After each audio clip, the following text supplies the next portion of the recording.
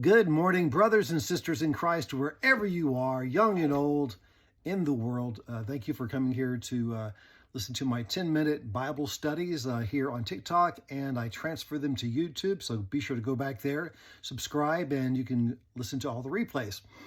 So today I'm going to talk about a topic that we've all experienced at least one time in our life. According to statistics, at least 30+% of Americans have had anxiety. That's the word for the day.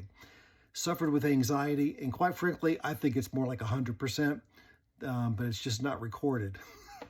So anyway, we're going to talk about the topic of anxiety. I'm going to talk about what it is. By the way, I'm going to be reading. I put together some notes here, a lot of notes on this subject actually, and I'm going to be talking about what it is, what causes it, how to beat it, nutritional deficiencies that may cause it or exacerbate it, and also Christian behavioral modification practice tips. But the main three things: what is it, anxiety, what causes anxiety, and how to beat it.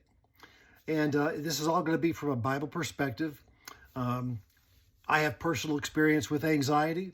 When I lost my first marriage, I had anxiety, I had fear, I had worry. At various points in my life, getting new jobs, losing jobs, all sorts of issues, and just the troubles of life, it caused me to have anxiety. I've actually thanked God for it. I had a panic attack. I had a series of panic attacks, and they've all gone away, but it was interesting when they occurred because I was like, oh my gosh, I'm dying. And so when I am talking to other people who have had panic attacks, mainly in my practice as an occupational therapist, which is what I do for a full-time job, when people talk about mental disorders or panic attacks or anxiety in general, I'm like, hey, I know what you're talking about. It's not fun. Very, very serious. So I'm going to get right to it here. By the way, this may be part one, and probably I'm not going to finish this, so I'll immediately do part two.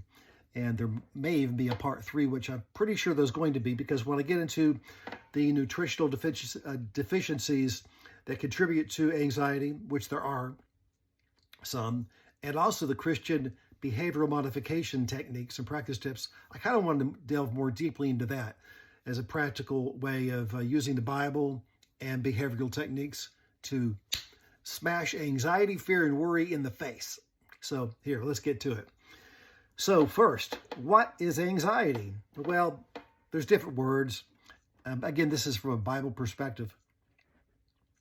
Talking about anxiety, worry, or fear. So you can kind of lump them all together.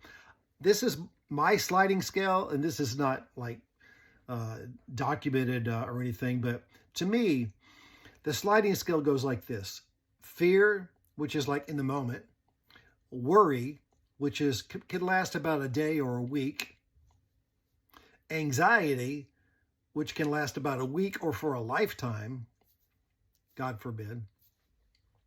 Then it moves into maybe depression, where there's no interest, there's no joy, there's no purpose in life. Depression.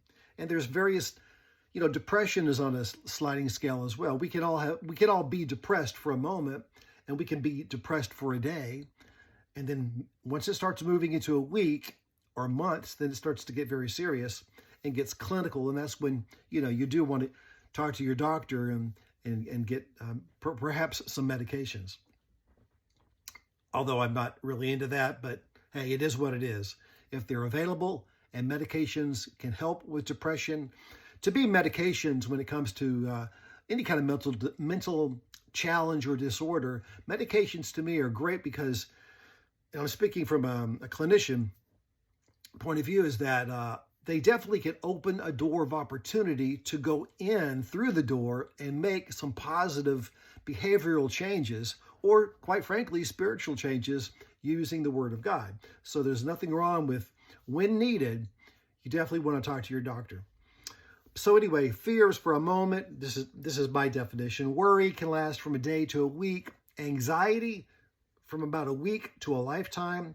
Depression, it can last for weeks to a lifetime. Then it moves into phobias. Now it's getting really serious.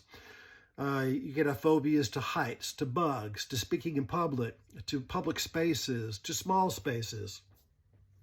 I have phobias, actually. They kind of come and go, but sometimes if I'm in a really tight elevator, man, I start to really freak out. It happened once. I was visiting the Hoover Dam here in Nevada, and we walked into this big elevator, and I think about 80 people jammed into this, maybe not, about 50 people jammed into this tight elevator. I was up against the wall and going down, it seemed like a quarter of a mile down into the belly of the earth. I almost passed out. I realized I was having a panic attack because I had had one or two or three before, and I was like, uh-oh, panic attack. So I just closed my eyes, blocked out everything, focused on my breathing, and barely got out alive. Not fun.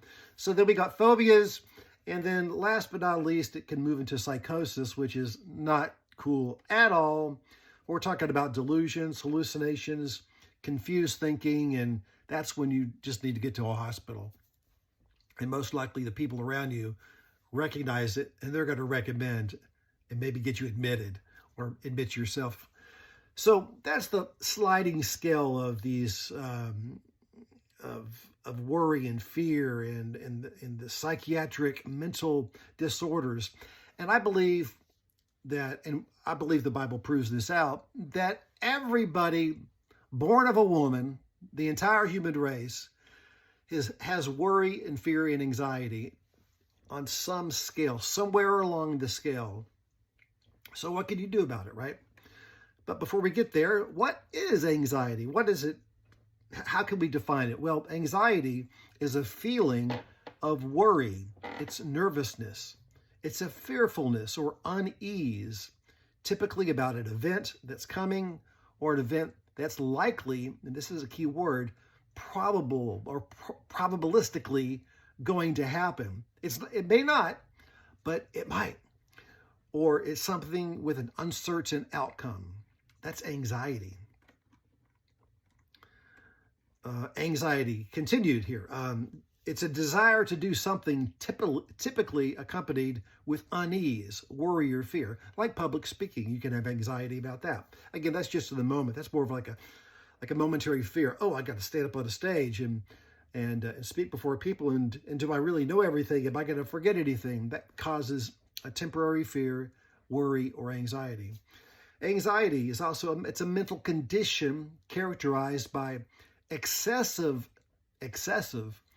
apprehensiveness about real or perceived threats, typically leading to avoidance behaviors and often to physical symptoms such as increased heart rate, muscle tension, pressure. When I was having my panic attacks, I had about 3 of them. I could feel pressure in my chest. I literally thought I was dying. I felt like my spirit was leaving my body. And passing out, this feeling of passing out, and a fear of losing consciousness.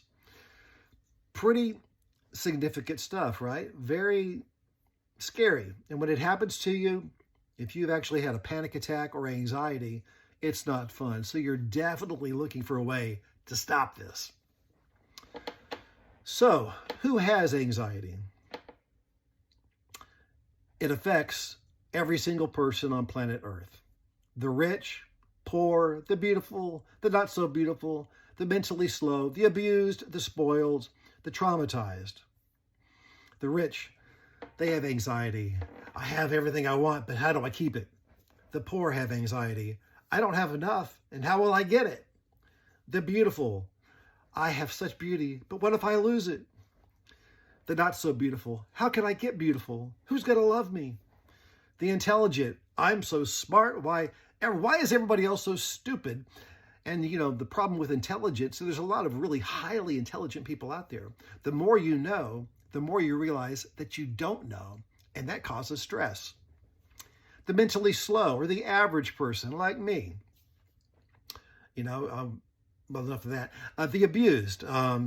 People are abused in many different ways. There's, let's see, put that right here. Emotional abuse, physical abuse, psychological abuse. That's obvious, right? If you've been abused, you're going to have worry and fear and anxiety. But then again, not all people that have been emotionally, physically, and psychologically abused, not all of them suffer with this pervasive anxiety. So they have figured out some way, whether through God and prayer or some behavioral humanistic technique, to not live in a state of anxiety. God bless them, right?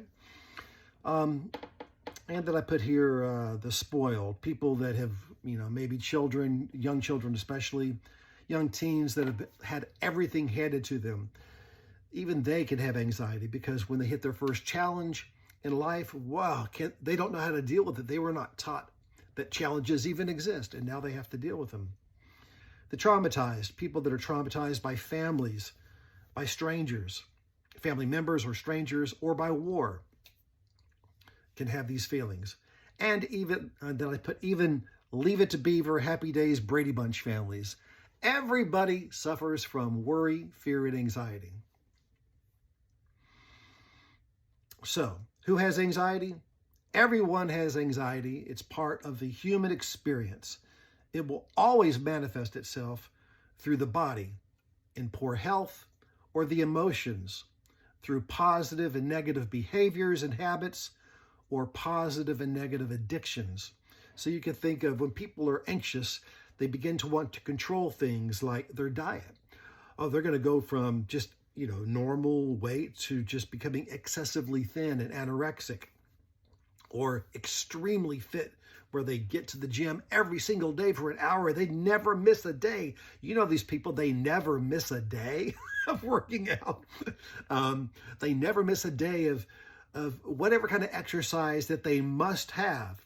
It's their way of dealing with this anxiety. And that's a positive addiction, right? Or even distractions or hobbies. Or I love the NFL football team so much, it just becomes every bit of my life. I have the jerseys. My whole house is painted in Raiders gear or whatever. Or maybe it's a hobby or distraction. They have to be doing this hobby. And really, it's just a way to calm the spirit.